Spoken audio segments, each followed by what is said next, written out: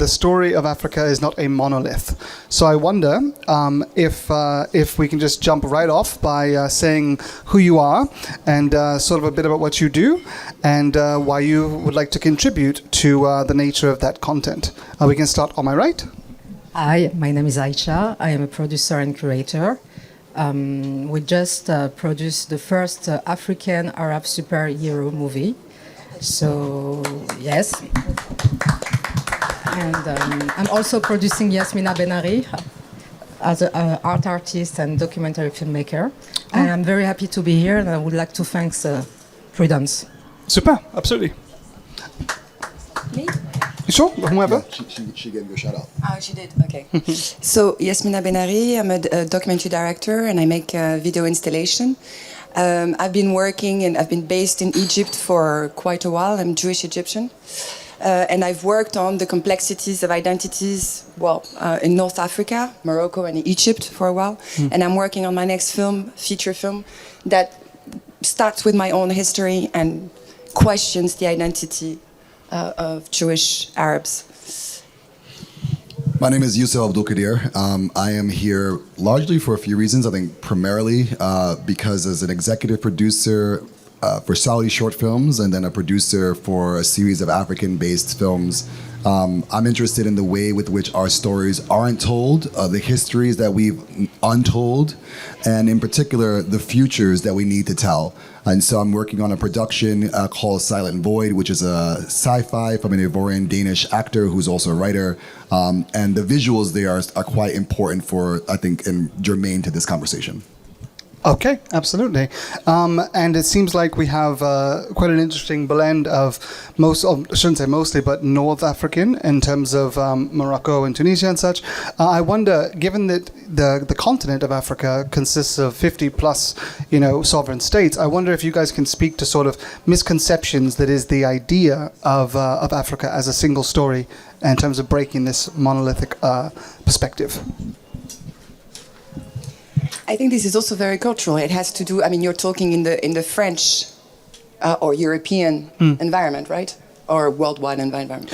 Well, worldwide, but of course the Francophone has its own levels of it has to do also with the perception that needs to be freed of colonization and needs to have a very free vision and also to have knowledge, because many people think they have the right and legitimacy to come and film in Africa without knowledge, without knowing exactly how it happens, without staying a while and really taking care of raising the voices that needs to be heard. And I think that has to do with that. And also, as a French Egyptian, I also know that the French society has an issue because you need to be put in a box. And if you're not in a box, we don't really know what you do. So it's the same with sometimes what comes out, which means that it has to be monolithic vision in order to exist.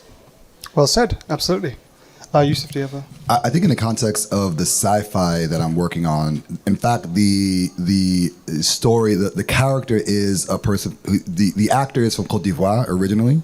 The character himself is, West African. And the idea that we have been generating is that he journeys through space, and I'll use that to get to your point. He journeys through space and discovers an artifact from the Mali Empire that's in Bambara, an original indigenous language. And he questions, why is this artifact that's in Bambara in space? What does this have to do with, my journey through space? And I'm finding this thing, and he learns that there were these civilizations that existed that interacted kind of across the universe, and that we on this planet engage in so much corruption that they left our planet. And so this artifact shows that in fact we as African people have a tremendously diverse history, beautiful stories to tell, that we were astronomers and we are the originators of astronomy. We are the leaders of culture and the drivers of culture. And so despite the box that they may want to put us in, we actually created the box. And so we can create ourselves out of that box, and we can imagine ourselves out of that box, and we can traverse the universe in order to be able to tell our stories. And so even though there's a way with which the industry tries and continues to try to reduce our narratives, create divisions of sub-Saharan versus Northern Africa, Western versus Central, that's all bullshit. I'm just gonna be very blank and blunt. I have an hour of sleep, so you will get the very unfiltered Yusuf today. But we are more than, and have always been more than, and it will always be more than the box that they want to put us in. So I would say to your question, Kylie, rather, excuse me. It's all right. It's not, because your name is Kylie. And so I would say to that question that, in fact, it isn't just about being francophone. That's a thing that they do because they want us to be divided. It isn't a thing about North or West or South or Central or Sub-Saharan. That didn't exist. You know, these land configurations are artificial. It emerged from the conference in Vienna, and we will allow ourselves to get past that. And so I think that's the beauty of visual storytelling. That's the beauty of storytelling. It's the beauty of centering our narratives and ensuring that we're able to both see ourselves beyond the boxes that they put us in. Very well said. Can we get a round of applause, please? Absolutely. I'm obviously going to let you speak. I just want to say that everything you were saying very much personally relates to me in terms of Afrofuturism. You mentioned on the first panel, on the first day, that you would often introduce yourself as saying, I am an Afrofuturist. And I think that the content of this feature you were describing is just perfectly illustrating the richness and the history of that continent and of the peoples that have been, trendsetters and just remarkable folks in too many stories that are untold or just bastardized and whitewashed. So that's really fantastic. Thank you, personally. I'm sorry, yourself as well? No. I'm sorry, I'm very shy. So I'm not a storyteller or director, so I'm more in the back as a producer. But it's true that we have to change the storytelling everywhere. That's why we're deciding to do this movie. It was very difficult to produce because they're expecting us not to be hero. They're expecting us to talk about war, misery, something that it's very small. And because I'm French and Moroccan, so we didn't have this vision, and we wanted to fight and to bring the first superhero. And our hero, it was not only Moroccan, it was African, because we had Algerian, Tunisian, Malian people to create this and to show to the world, and I mean also to France, Europe, and Middle East also, that we can do it. And it was not easy for us to do it, because we have an amazing story, we have great actors, we have great writers, but to produce this kind of movie, we cannot think about one country like Morocco, Egypt, we have to be united. Because otherwise, it won't happen. Absolutely. Now, speaking in terms of getting the film, and congratulations, by the way, for the Moroccan superhero film. I believe it was Alan Green who was here. You're working with him in terms it was my set agent. Precisely. He was also hyping up the film, and it sounds very interesting. Yeah. Would you say that using sort of traditional, perhaps not traditional, but the Western, easily consumable motifs of film in terms of the superhero movies doing exceptionally well in the West, and using that as a tool to break out of the boxes, as Yusuf mentioned, or? Maybe, but our superhero is not Marvel, so forget about Marvel. So we've been trying to create a superhero with our culture. Mm-hmm. For the Tafinar and Amazigh, that is goes from North Africa till Sub-Saharan. Mm-hmm. So it was very important to create story with our heritage. Absolutely. So we are not doing comparison with Marvel or stuff like that. We are trying to show something different with our vision. Mm-hmm. So I don't think so that. I think if we are thinking to do a superhero like the American or even the French, we are done from the beginning. Absolutely, yeah. To start with an innovative approach and just stick to it for sure. Yeah. To show the beauty of that culture. Yeah. Absolutely, and as you said, the variety of cultures would traverse that we share all together. Absolutely. And most of the people don't know that we are sharing common. Comment dit? History, grounds. No. Quest. Adventures. Conte. Tales. Yeah, sorry. Super. Absolutely. No, of course not. Absolutely. I wonder if we can have any of the panelists speak on sort of any emerging, whether it be tech or functional changes that you can speak to that might help to get those faces, those voices, and to change the perspective of what is African stories and African content. I want to jump in here because, and I've spoken a few times on AI and in different contexts, and I know there's an initial apprehension to leveraging AI as a tool because of concerns with IP and copyright and all those things, and those are legitimate concerns and fears, and those are legitimate issues that need to be discussed and need to be addressed. But if you're not an early adopter to these technological changes, you will be left behind. I want to talk about a few Nigerian community, because today is Nigeria Day here. There's a few Nigerian AI creator studio labs that are using AI in animation.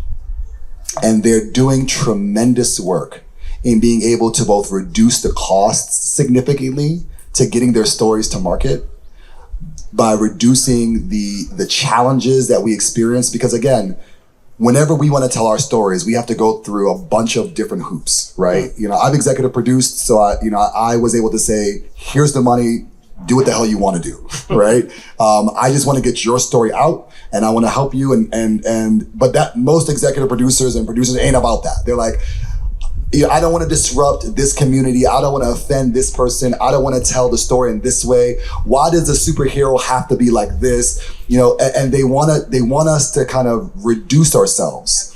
And I think the beauty of this ability to kind of leverage technology to not have to be beholden to the industry in the way that you would otherwise be, the major production houses, the major animation studios, is it enables us to take ownership of the narrative. How can we work with these people? This is the thing.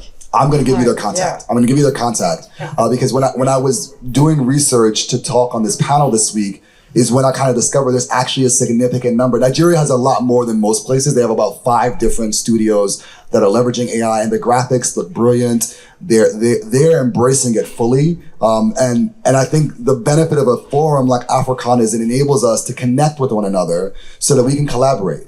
I worked at Meta prior to coming here, and I understand what AI can do for creators.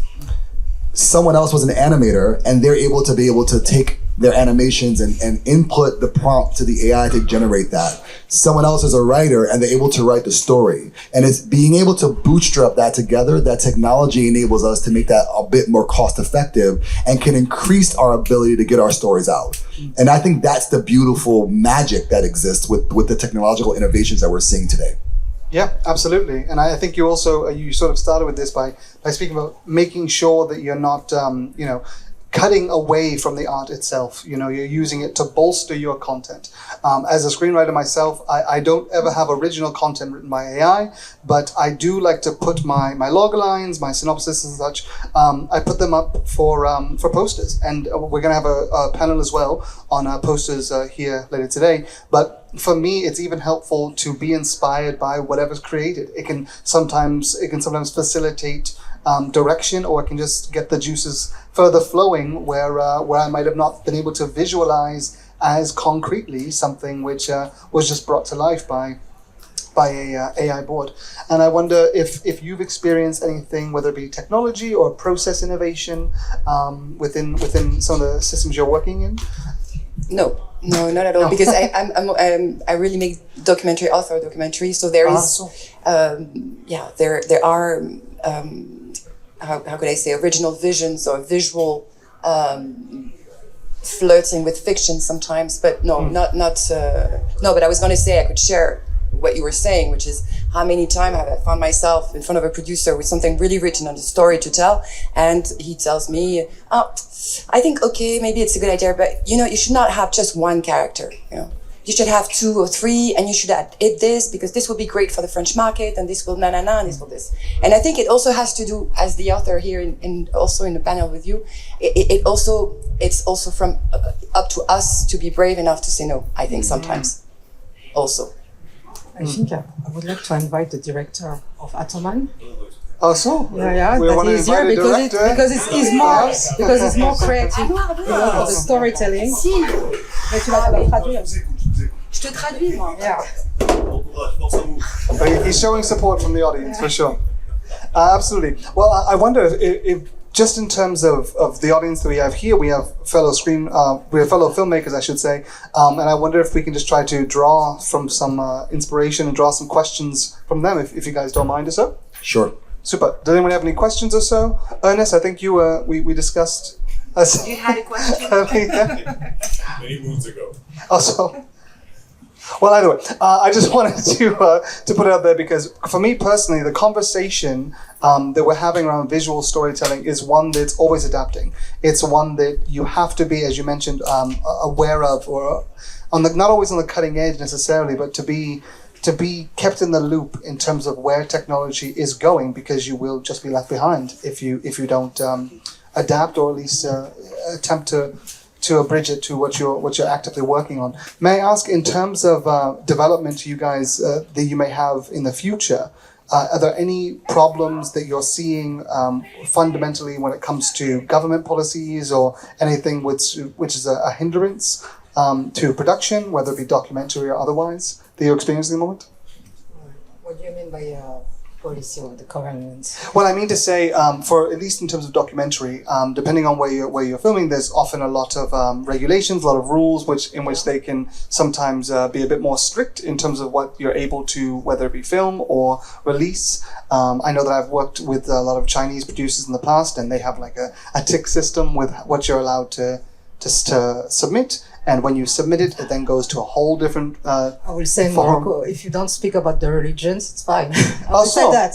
But for me, it's not really things with the government. It's maybe with the help of the governments.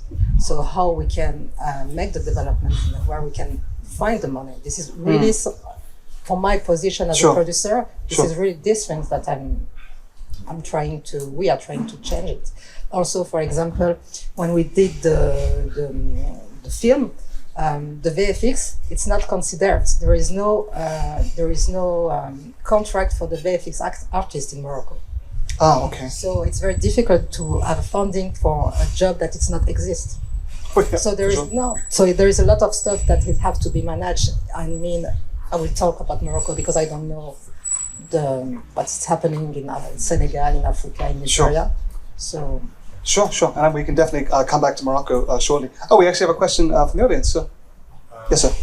I was just, in regards to your film, I just wanted to know, when you discussed with your sales agent with a roadmap going forward, when you're having initial discussions, how were you kind of elaborating upon, your market? Obviously, because it's almost like a new genre, right? You say that it's the first by Alan Green for the panel. I think it was the crazy one.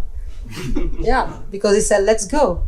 And even for him, it was a premiere because for Anwar and for me, it was an African superhero. Of course, the first Moroccan superhero, but the first African. Because for us, we are thinking about Africa. We are not thinking about the country. So him, as a British guy living in the US, it was very difficult to think how to market this movie. And the movie was in French. So everything was difficult for him. But he did it. We start with Russian, then India, then Philippines, then South America, and Poland, and now French and Belgium. That France and Belgium, they were the last one. They were the one that it was more difficult to sell. So now we are trying to work about the marketing, and for us, our vision, it's Africa. So we are not talking about Morocco, Algeria, it's Africa. We want to tell story about all Africa, and we want to collaborate with producer, writer, filmmaker, actors, that we can create maybe a branch for the Africa comics. So this is our aim. So in terms of marketing, I will reply to you, we are building it now. Super. I don't have a response to that question, but I would feel remiss if I didn't mention something here. We're here on a panel about visual storytelling, and everything about what we have done throughout generations. And I should say that ethnically, I'm African American.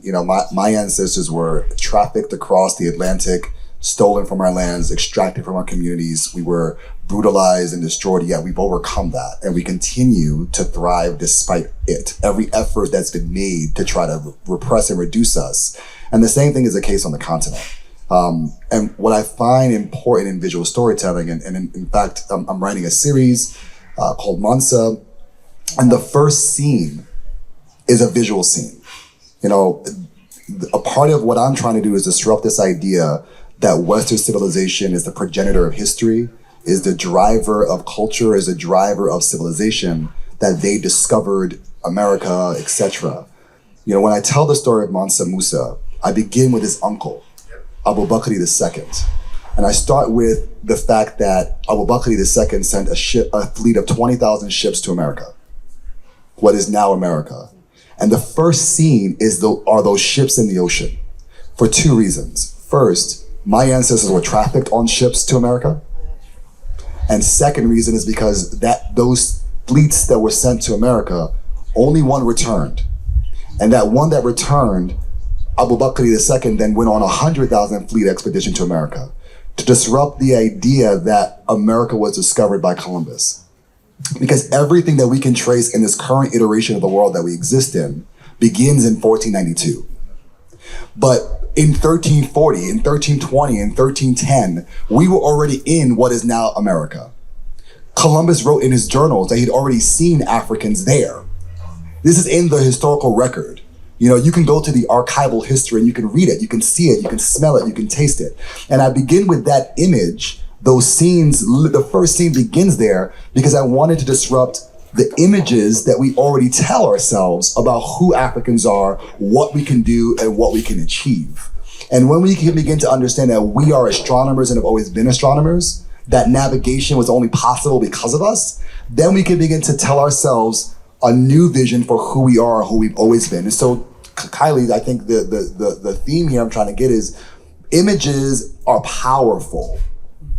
Images are immensely powerful. And if we don't have the ability to make sure that the images that we share, that we tell, disrupt the narratives that have been taught to us through images, then we'll continue to replicate those same damaging images. Absolutely. And so that's why I love your story as well, because of that as well. Absolutely. And you speak about images. We have now joining us is Kenny, I'm terrible, sorry for the name, Kenny Gravalis? There you go. Is that right? Kenny Gravalis, right he was on the panel yesterday. He's an award-winning graphic designer and has handled the campaign, the marketing campaign for many successful films, including recently Sinners, if I'm not mistaken. Correct. Yeah. Super. Yeah, we Second floor gets a clap. I wonder if you can speak to how you use some of your images for the promotion or for the poster to to dovetail onto what Yusuf was saying about the power of images. Yeah, so, okay, I'm going to come at this from a little bit of a different angle. I work in an industry where there's probably about 15 different agencies that are responsible for 95% of the marketing imagery in the entertainment industry, period. So that goes to all the studios, the streamers, pretty much everything in regards to film and television. So that means everything you see when you go to a movie theater, when you're driving outdoor, you see, billboards, you see social graphics, you see all this stuff. There's about 15 agencies that are doing 90% of that work. And we're the only black-owned agency out of those 15 agencies. Now, guess what? There's way more. Oh, I don't even say that to. I actually say that to show you the problem.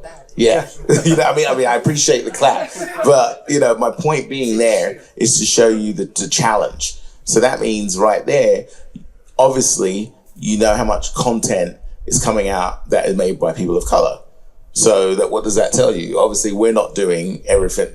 We couldn't do everything that is made by people of color. So that means that a lot of projects that are coming out from people of color are not even made or addressed by people of color. And that's so my goal in our agency and sort of where we're coming in is try to help course correct that. And the only way we can do that is creating more attention to what it is that we do. So thankfully, yes, Sinners did really great. And we're super happy about that. And but here's the other thing too. What's really important is that for our company specifically, is that we're also not pigeonholed as people of color to only be able to work on Black projects. That's the other thing too, is that our insight is valuable, period. So, if you look at our website, for instance, you'll see things like Dune, and you'll see things like War of the Planet of the Apes. So we had done and this just shows you the challenge that's there. We did a panel at ABFF that Spike Lee had brought us to, and Jeff Friday, who runs ABFF and has been running it for a long time, he looked at our website and he said to Spike, he's like, "Yo, Spike, who's this you're bringing?" Like, he was like, "Wait, is this a Black man that you bring to this thing?" Because he saw all these projects that weren't quote unquote Black. And so that means that even our own look at each other and we see, oh, we should only be working on this type of scenario. So it's really important that we're not only working and pushing our agenda in terms of our culture, but we're also pushing the agenda of things that we grew up with as well. We grew up watching Spielberg, we grew up watching all these things. Like, why don't we have like a POV on that stuff? And that's the stuff that we always have to fight for to actually get opportunity. But when you flip the coin, the people don't have to fight to get on, things of our culture. So it's real. So all that to say, yes, it's incredibly crucial. I'll give you an example. We have in our studio, we have 3 light boxes when you go into our lobby. And two of the light boxes have what we've recently done, in this case, Sinners and Captain America. But the 3rd light box has a documentary that we did called I Am Not Your Negro. And that poster does not move. And it doesn't move, so when you get to our studio, you know exactly where you are. So that movie's been out for a while now, and that poster stays there. The reason that poster stays there very quickly is we had a situation that happened with that film that we really appreciate, and because I want to leave this with a very super positive tone, and that is the studio, which is Magnolia, came to us, and they literally said, Kenny, we're going to be real, and we've never had this happen before, but we're going to be real. We don't really know sort of like how to treat this title correctly. Like, we don't know how to treat, we're not probably comfortable with I'm Not Your Negro as a title as it is. And we would love your perspective on it. And that really happens when a studio comes and actually gives that level of transparency that they might not get it. Mm-hmm. So that was the first time that we had received that. So it was a Baldwin, I don't know, hopefully some of you guys saw this thing. So it was a Baldwin. And I think a lot of studios have been really afraid of that title. So our approach to that title is we actually made that title with 90% of the poster with just Baldwin eyes. Because we were like, this is bold and Baldwin is bold and he, so we're going to make it I'm Not Your Negro. So when they got the poster, they were a little freaked out by it, but they were, what they were willing to do was like, we're going to send this to Raoul Peck. Even though we might be a little uncomfortable with this, we're going to send this to Raoul Peck. Raoul Peck immediately chose that poster. And they went with it, So it's so important that we are in this side of the industry, because a lot of people don't think about sort of our effect on this side, on this marketing side. Mm-hmm. So I feel like that was one of the rare cases where I felt like, being Black in this industry and is actually, I feel like I've affected something in terms of like how we come across in culture.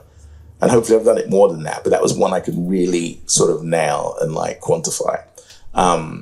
So anyway, I don't know if that answers anything, but it was a ramble a little bit. No, of course. And I think you touched on so many topics that are historically relevant and also have such a prescient position even now. Even in June, you mentioned that it's not strictly, Black led with Zendaya and such, but the culture that was pulled on, from Bedouin culture to North African culture to everything. And I think it also touches on the idea that the African diaspora is something that transcends, obviously Africa, but it's the nature that ties it all together. And when you can have folks on the marketing side of things rather than just in front of the camera, exactly, it helps to frame it and just change the narrative, as you mentioned. So it's quite essential, absolutely.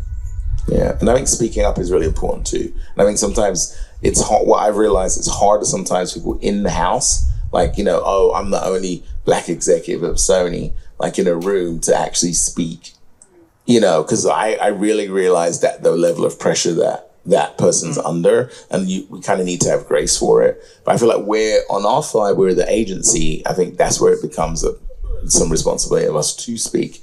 about things that we're seeing that we're like, okay, that doesn't make sense. Do you know what I mean? Like we kind of need to speak up when it comes to that. Absolutely. May I ask, have anyone on the panel ever faced pushback for times that they may have spoken up, for times they may have said, you know what, I'm not sure if that really hits the right mark, maybe we can, tone it here, tone it there, and sort of how you navigated that?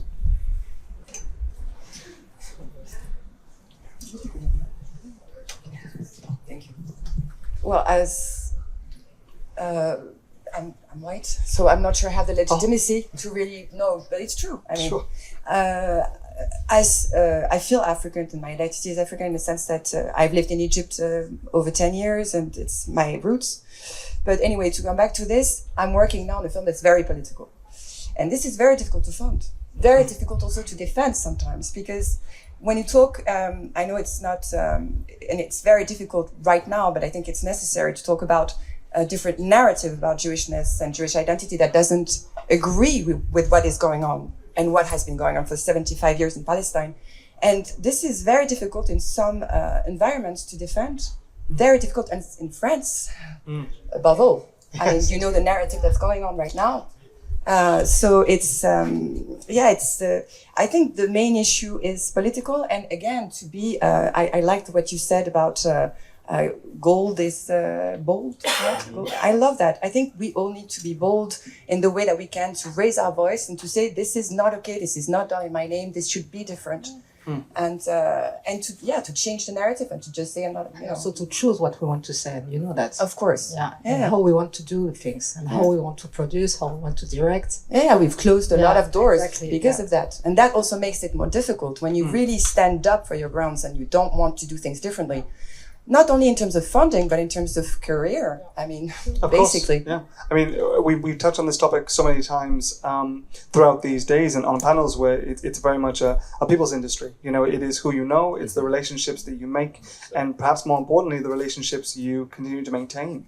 Everyone can give a business card, everyone can give their socials, but I've met people here who have known each other for 40 years, which is an insane amount of time for me to be in one industry and to just be expressives and to be creatives. It must be so daunting for someone like Sydney Levine, who's no longer here, to have broken so much glass ceiling. For you, for the work that you've done, Kenny. And there was a gentleman named George from Nigeria. I'm afraid I forgot his last name. But just so inspirational, the works that he's done and the project he's been a part of.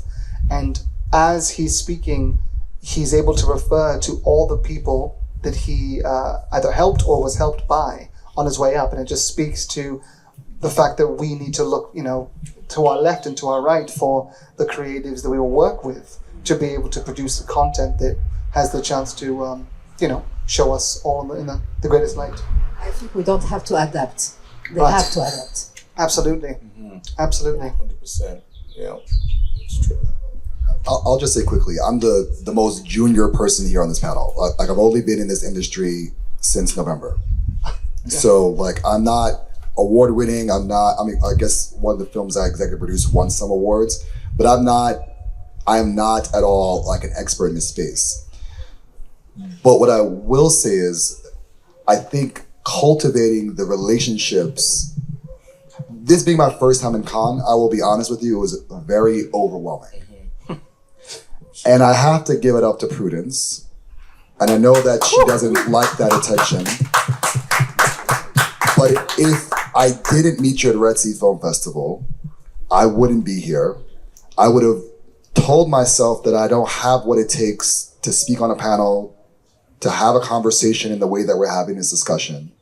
The cultivation of the space that we have here is 1,000 times more impactful for me. I know people are trying to sell their stuff, so go to the marché, do your business, right? And get all the money. I pray to God you get all the coins. I want you to have all the coins. As Issa Rae said, I want to see everybody black win. And African people who aren't black too, so I want you to win.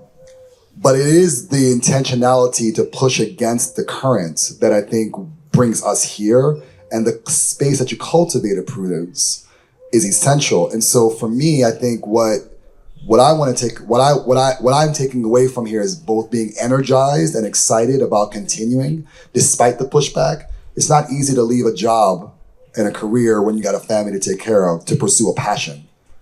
You know, people like, you're fucking crazy. You know, you worked at Meta. What are you doing? You know, like, why are you wasting the money you've earned to invest in Mansa Musa? You know, why are you wasting the money you earn to talk about black people in Saudi Arabia?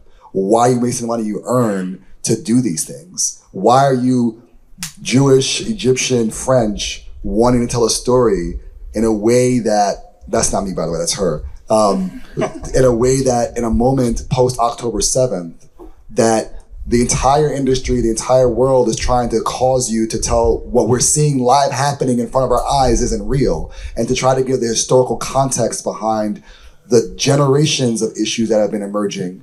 You know, why do you want to be the first African Arab, you know, superhero? We already have Black Panther. Isn't that enough? No, it's not enough. It's not enough. And so it's not coming from Africa. It's not. Sorry. It's a beautiful story. I love it. I resonate with it. But it's fiction. And I think it's something tremendously to your question, Kylie, about pushing back and the kind of challenges with it. There's a tremendous amount of risk to do that. And it takes really bold and brave people. So, you know, Prudence, thank you for convening this space, because it takes a bold person to have that vision and to see it through and to continue to see it through despite every naysayer and despite the challenges that come with it. But it takes bravery for you to be here as well and to stay being here instead of in the marché. Even though this is a beautiful space, and it takes bravery to step in the way that you have, Kylie. I'm trying to make sure we don't leave this place here without giving everybody their due shout out and respect, because it takes a lot of bravery to do the things we're doing every day and to show up in the way we show up and represent ourselves. Yeah, it is. Well said. Well said. Thank you so much. And as you mentioned, thank you to Prudence. You know, I actually met Prudence at AfroCannes in 2024 because I'm working on a feature. Intended for South Africa, but it was I'm not sure. But it was definitely something which oh, so much better. It was definitely something which I was out of my depth with, and I knew that I had to be working with local producers. I had the original idea myself. I did a very nice development pitch deck.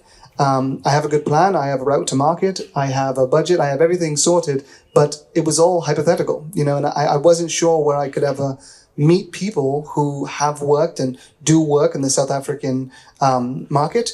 And obviously the Durban Film Festival, it's very big. And I even know the person who curates that festival. So, I mean, it's not through a lack of connections, but I wanted to really know as much as possible what it is and what it means to be South African, what it means to be an African filmmaker. And I don't think I would have possibly come across those people if not for AfroCannes in 2024. And I think that for so many people here, we are brushing shoulders with and exchanging contacts with people who help to inspire us and help to ground us, and in many ways continue to show us that, yeah, you might be often the only person of color in the room, but when you have a place like AfroCannes, we're all of color, we're all, you know, African diasporic, and we're all here to create content. I think that's definitely something that I've personally gathered through being here, which is why, and on all of my panels, I've tried to have a moment of hope in this trying times for obvious reasons of nearly 8 decades of terrible things, and just in general in terms of just the world being where it is, to make sure that we are still surrounding ourselves with the people that we want to, the people that bring out the best in us, and often can call us out on our shit when we need to, which I feel that only people of color can really do. But that's a different conversation. But yeah, I actually wonder if we can once again, because we've had the audience sort of fill out a bit more, if we can take a couple of minutes if anyone has any questions. Otherwise, we can just, fantastic. I believe we have a question.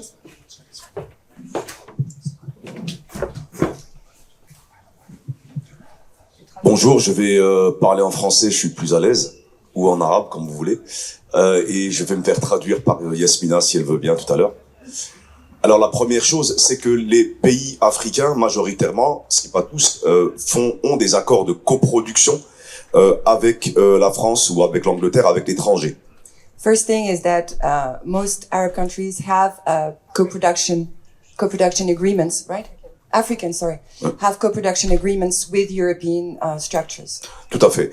Et on n'a pas de coproduction entre les pays africains. And we don't have co-production between African countries. Et No, they start with oui, voilà, ce sont les deux seuls pays, effectivement, qui malheureusement ont...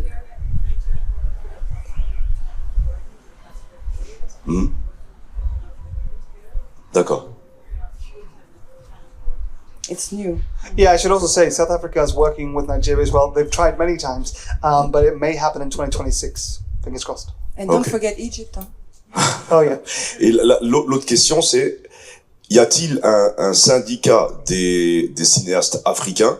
Does it exist a syndicate for African directors or filmmakers?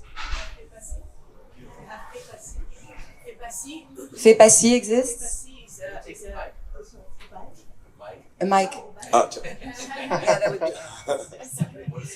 The FEPACI is a very old organization. It's actually the one that has created the FESPACO.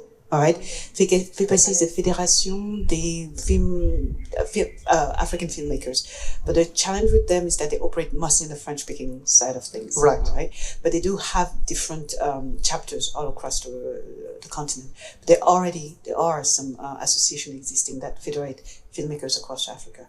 In addition to that, you have women in film. For example, you have the one in Africa, which was presented here by Inya Lawal. All right, you have with Africa, and then you have with Ghana. They have different chapters all across the. You can connect with us. We can introduce you with the president of with Africa. Then you have with South Africa and so on and so forth. So there are existing organizations that federate filmmaker either by gender or by type and so on and so forth. Does it make sense? Yes, I should also say there is a Tunisian-based group which is working on a sort of it's like a West conglomerate. So they're working with Ghana, with basically francophone, as you mentioned, French-speaking African countries, and they're working towards that. I believe they're their second festival in Tunisia. This coming up this year, possibly in August, if I'm not mistaken. But I met them at Cannes when they had just finished their first one, so it must have been April actually. So that it's working. It's growing. I mean, even AfroCannes is in its, I believe it's third or fourth year? Fourth year. Fourth year. Something that might be of suggestion in order to, let's say, connect other African filmmakers is also, Cannes is fantastic. However, there are a lot of African film festivals, starting with Luxor in Egypt, for example, which is a very good film festival. Oh, yeah. El Gouna, you have Marrakesh Film Festival, you have Afrif in Lagos, you have, for series, for example, you have Dakar series in Senegal, you have Durban Film Work in South Africa. So I think it's important for African and international filmmakers to visit those festivals, which provide a wider insight into what is happening on the continent. It's fantastic, yes, to come over here. It might be a bit cheaper to go to El Gouna or to Morocco or to and so on and so forth.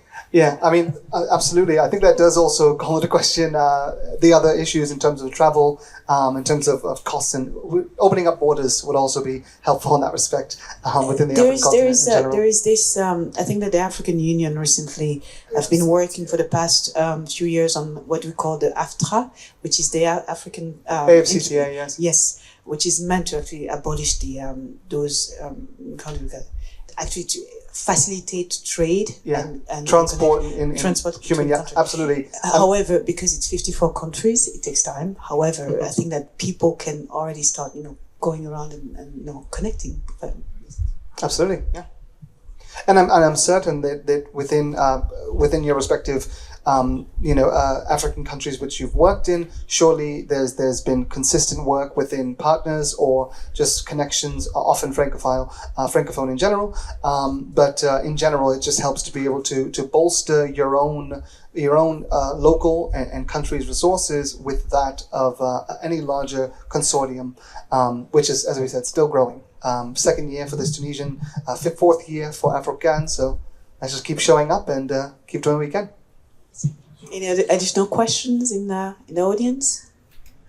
By the way, we have Kenny Gravelis here. We have the producer of Atoman, the first African superhero. So please ask ahead, ask some question. No? Yes? No? The director is behind, so.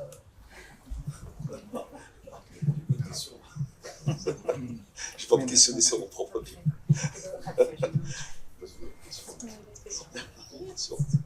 But I would like to add something that's very important, because we are talking about to make connection between us, between the Francophone and the Anglophone. But for me, there is something that is very important. It's where we can find the money. Okay, because even if we are going to Atlas, Guna, we are depending of French distributor or Belgium distributor or now Middle East, Japanese. So we have to, because it's very easy to, I mean, if you want to produce, we are going to produce. We are going to find people to make it in our country. But then where we are going to show our film. The distribution is very, very, very important.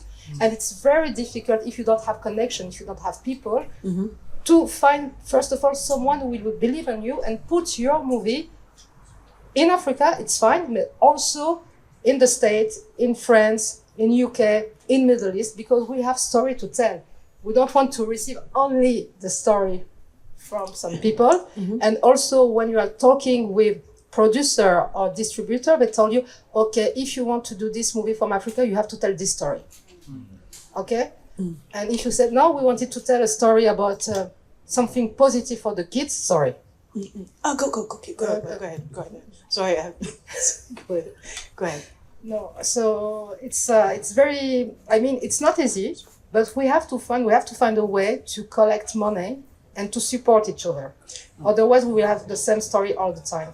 This is my point of view. Can I answer on that one? I think that at Afro Berlin last year, we had an announcement from African Bank, which is the kind of the sovereign wealth fund of Africa, which federates 54 countries. It's actually a trade finance bank that has billions of dollars in terms of money. Now, they launched last year a film fund, actually this year a film fund worth $1 billion. And they had pledged $2 billion into the creative industry in Africa, all right?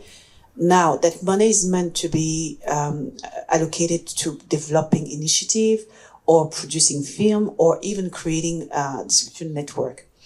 I think that it's up to you now, Africans, to check with your government what initiative had done or what are they doing with African Bank to make that happen.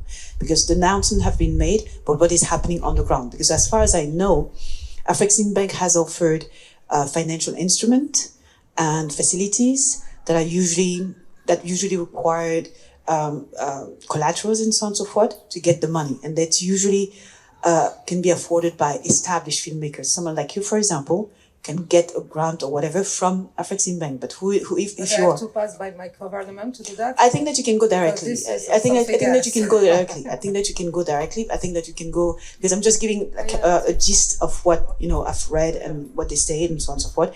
But they announced that film fund. I think that now it's up to you now to go there and check. I think that they're here in Cannes Film Festival. You can go and check what is happening. Beyond that, and the second part of the question that you say something about, where to get fund. And we have earlier today a sales agent panel, meet the sales agent.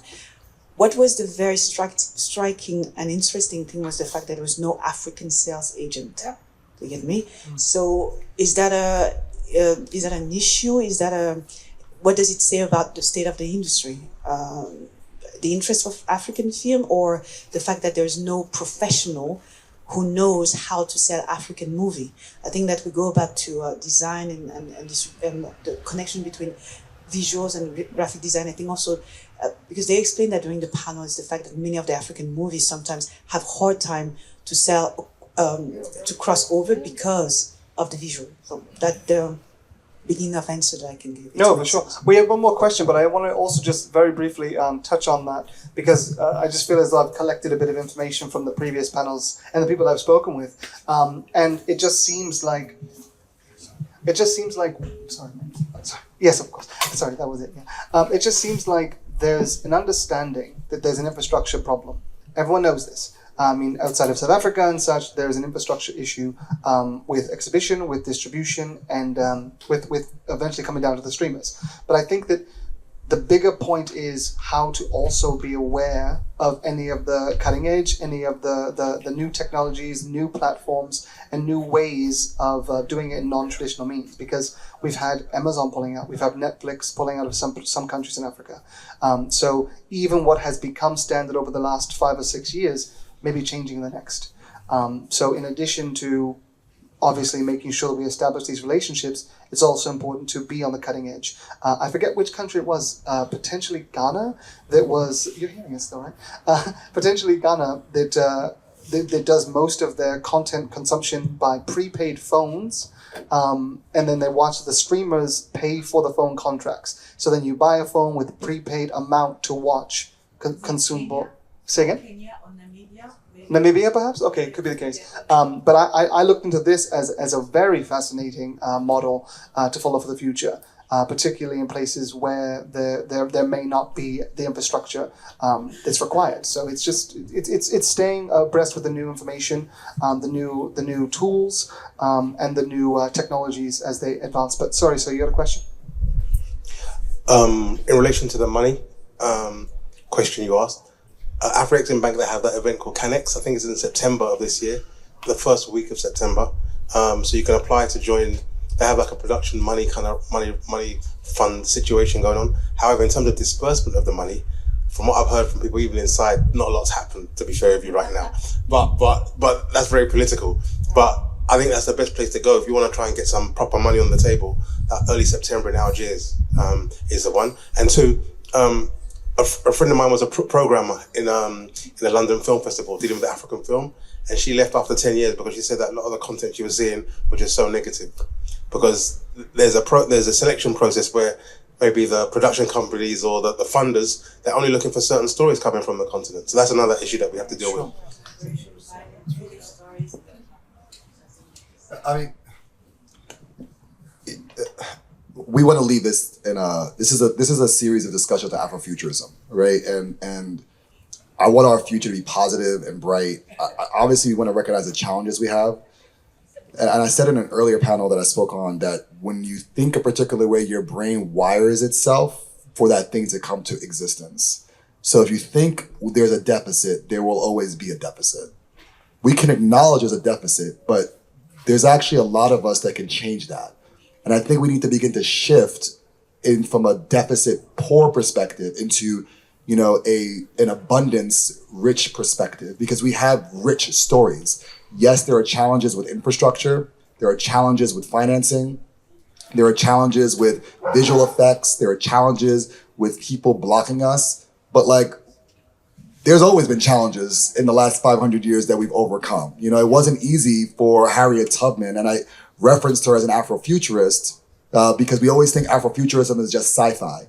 Harriet Tubman was an Afrofuturist. She was an Afrofuturist because she imagined an existence for herself that was outside of being enslaved. That is Afrofuturism. She imagined and created her reality. We need to imagine and create a reality that exists for us. So yes, there will be corruption, there will be challenges, there will be all of this. And despite that, we can still convene ourselves together to ensure that we can build that future. It might take time, it'll be hard as hell, but nothing that's easy is worth doing. Everything that's hard is worth doing, rather. It's hard, but it's worth doing because I want my daughter to see images of herself and feel proud. As an African American, I want to expand our aperture about when we speak about African to include the diaspora in that discussion. As an African American, I know from my people's history and our experience in America that when you ask a child which doll, to the point of visuals and images, which doll is good, they will always point to the white doll because the images we see tell us that whiteness is the best. And when you ask them which doll is good, bad, they'll always choose the black doll. Every time, 100 out of 100 times, they will do that. It's because we get all these images of that. And in order for us to get out of those images, we have to counter those with other images and other stories and other realities and other rewiring of our neural pathways to tell ourselves that despite those challenges, that we dominate every area. We dominate every area. Sports, we dominate. Music, we dominate. Culture, we dominate. Everybody's here is fly as hell. All the outfits here are fuego. Let's let's allow ourselves to imagine. I mean, you've worked on in your work Sinners. I mean, this is a great example. They were like, oh, it's not going to make the money. That movie is. I cried 50 times in that movie because of the images that were in it. And I felt so proud as an African American to see that film, as a part of the African diaspora, to see that film. And I left enriched, I left inspired, and I left saying, every time they count us out, every time they tell us we can't do it, every time they say, oh, this won't make money, this won't be critically acclaimed, that honestly is the best fucking film of 2025. It is by far the best film of 2025, hands down. And every time they say it's impossible, we show that we will do what's impossible to make it happen. So let's allow ourselves the space. Let's give ourselves the grace. Let's enable ourselves to imagine, given that we are talking about Afrofuturism and visuals, that we will bring that to existence. And I assure you, it will come to life. Amen. Amen.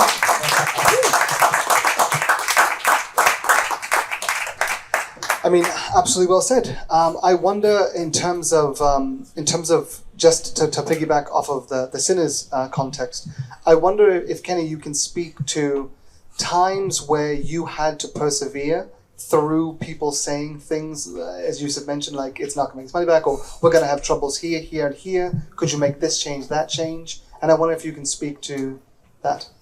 Yeah, well, I think what Yusuf says is just really potent, I think. And here's the one thing I would say is that, we all knew that Sinners was a special movie, but just because we knew Sinners was a special movie, what made it a really special movie was community. Because this is something that you actually can't pay for. So, we weren't concerned. I don't think we were as concerned about necessarily the money. You saw how many things were written about Sinners. There was like references of, Yusuf brought this up in regards to like, Once Upon a Time in Hollywood, same exact budget, made less than Sinners, but how it was portrayed by Variety. There's no mention of like, is it going to make its money back? So in America, the one thing I think that you saw with that film is that once that film started getting attacked financially, I think it almost fueled the community. And I think like that's the important thing to look at. And that's the important thing to look at just, I think, worldwide when it comes to the, diaspora. It's like, that's what we actually do need, but on a bigger scale. Is what happened with Sinners. Because what happened with Sinners, you saw, it went like wildfire. Next thing you know, it was like, yep, this is my 4th time seeing Sinners. Mm-hmm. It's my 5th time seeing Sinners. And that, we couldn't buy that. That's community coming together. We can't market that.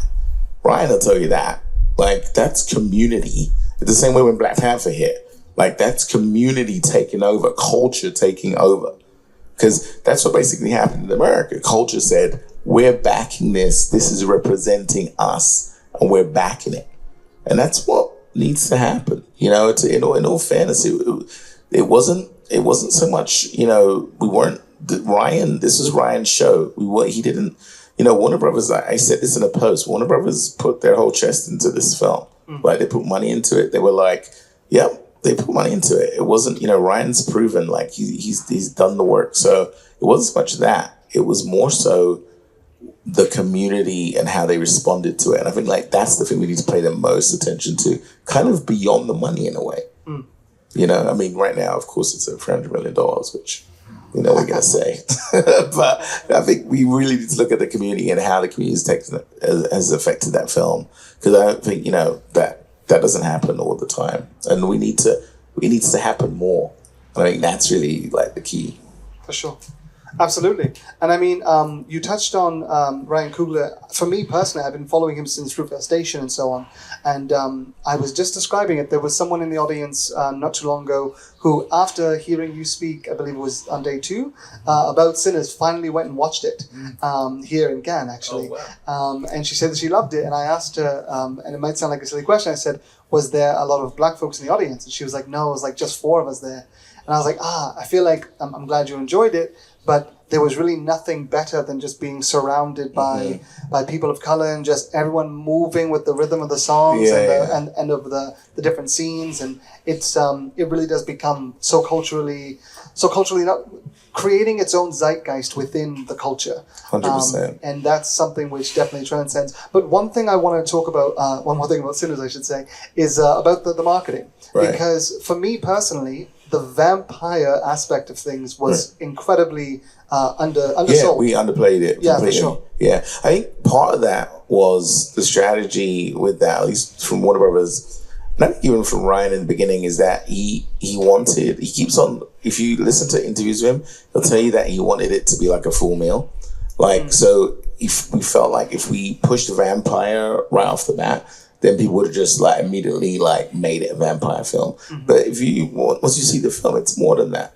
You know, it's like I think Spike talked about it too. He's like, you know, because so it was like, well, he's made a horror film. He's like, well, has he?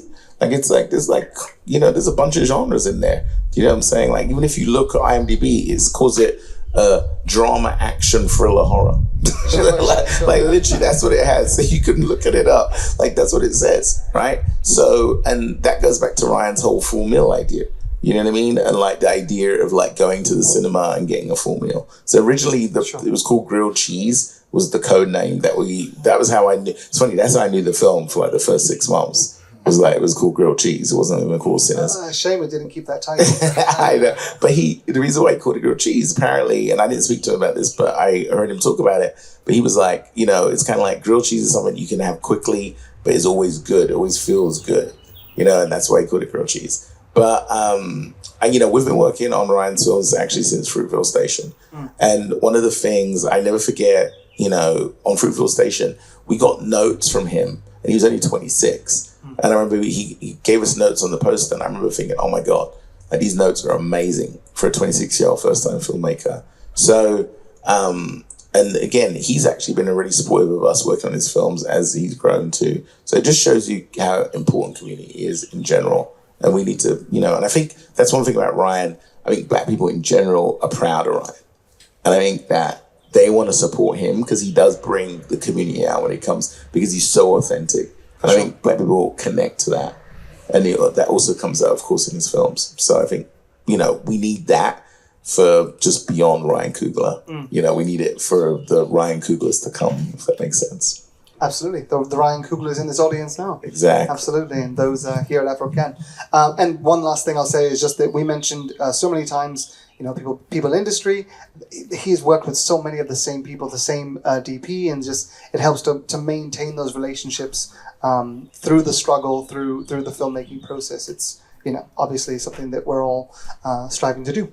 But I want to say, and as I've wrapped up all of my panels, and I'm sure Yusuf has given about 3 answers at this point, just a quick 30-second moment to just speak about your hopeful perspective for the future of the industry, whether it be with this Moroccan African superhero film, or whether it be whatever you see within your sector. What is a statement of hope you'd want to give? I think we have to be. I will be agree with you with the authenticity. I think when people don't lie, there is something very more stronger. So I think we have to be strong and we have to be real with what we are, first of all, and then we have to collaborate. The only thing to do something for our continent is to collaborate and to be wider. That's my end word. Mm-hmm. Absolutely. Optimistic, no?